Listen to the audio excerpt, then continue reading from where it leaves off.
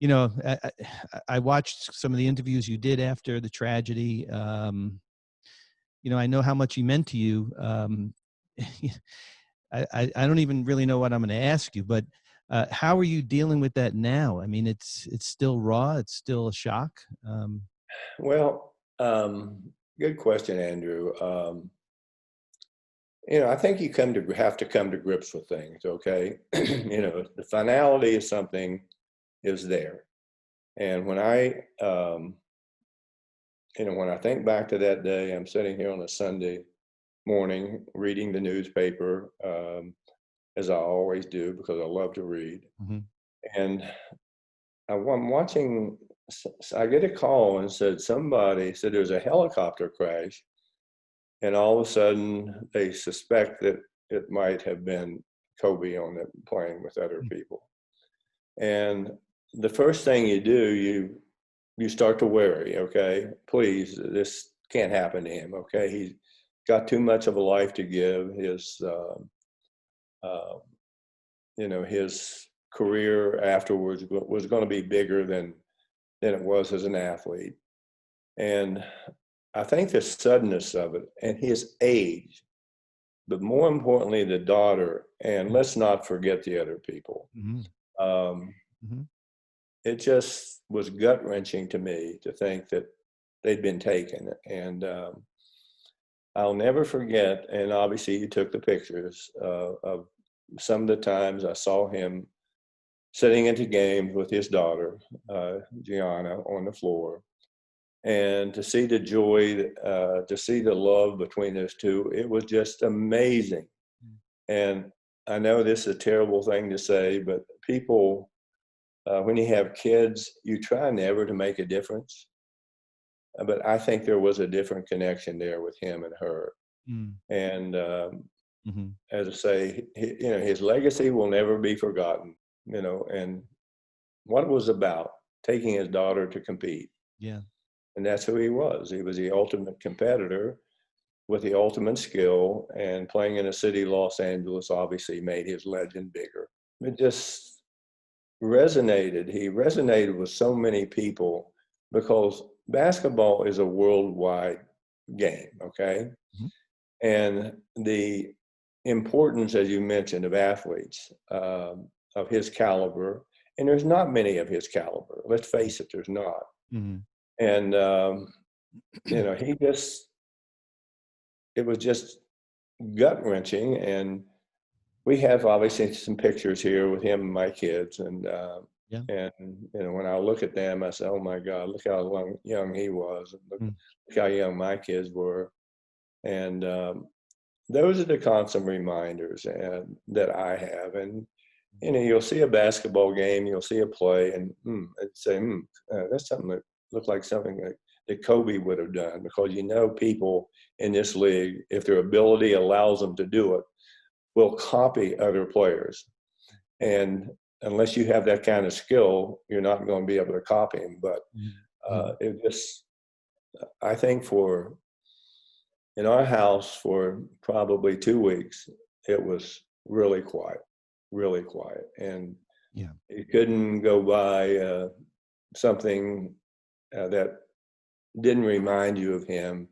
And the constant reminder on TV, they wouldn't let it rest. And it almost made me mad because it seemed like it was becoming a commercial reality instead of letting his family grieve and just not put it out there every day. But honestly, it started to make me mad that he was gone, but mad that people would try to take advantage of someone's death to make money off of it. Mhm. Excuse me.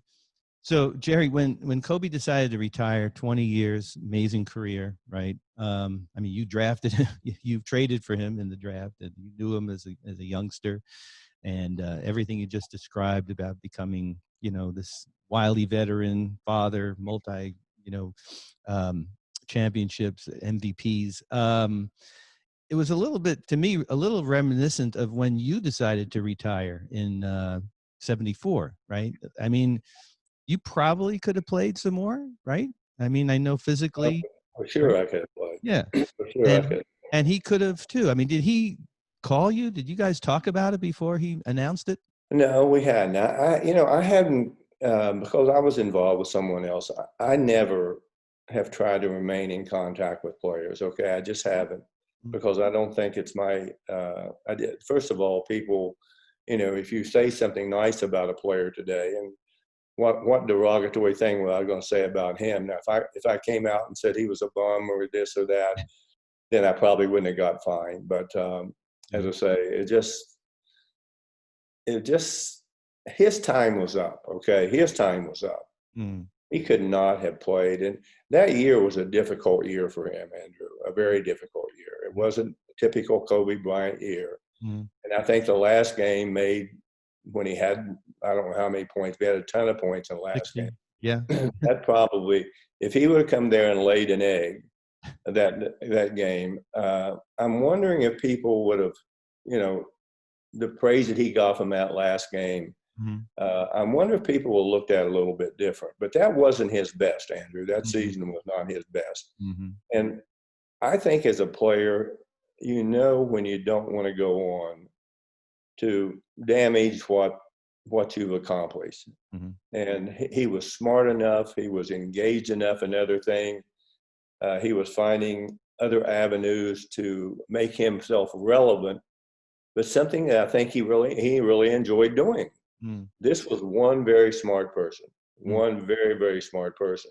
mm, But more importantly, he was going to pursue something. Some players, athletes, they don't have the opportunity he had, but mhm, more importantly, they don't have the drive that he had to be able to to have a vision to do something.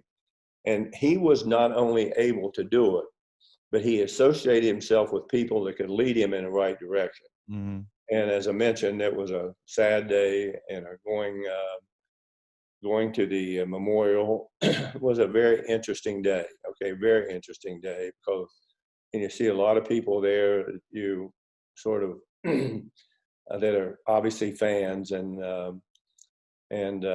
the tribute was paid to him was remarkable. mhm. But as I say, his legacy will live forever. Mm. It was just a horrible day in the West household. Yeah, I can imagine, as it was in mine and millions of others. Kobe had a famous saying, Jerry, and you've probably heard it, that if you're not obsessed with what you do, we don't speak the same language. And I think it's safe to say that you guys spoke the same language, and then some, because I'm sure you saw the edge in him that you had, the drive, the competitiveness. You talk so eloquently in the book about that you felt like you were a surrogate father to him. That your son Ryan especially was very close with him in those early days. I think we just have to be thankful that he came into our lives. I mean, I don't know how else to put it. And I'm thankful that I was able to be around this guy for 20 years. How amazing was that? Well, as I say, I think all of us who had shared time with him, he found that he was different. Okay, he wasn't your typical athlete. Yeah. His skill level obviously was off the chart, and his competitive level was so easy to see. I would tell you this: there's a lot of people that are as competitive as him, a lot, but they didn't have the skill to do it. Mhm. And everyone has a different way of being competitive. He's vocal. Irvin Johnson, very vocal when he played. Jumping all over the place. Kobe was, his reactions. Michael Jordan.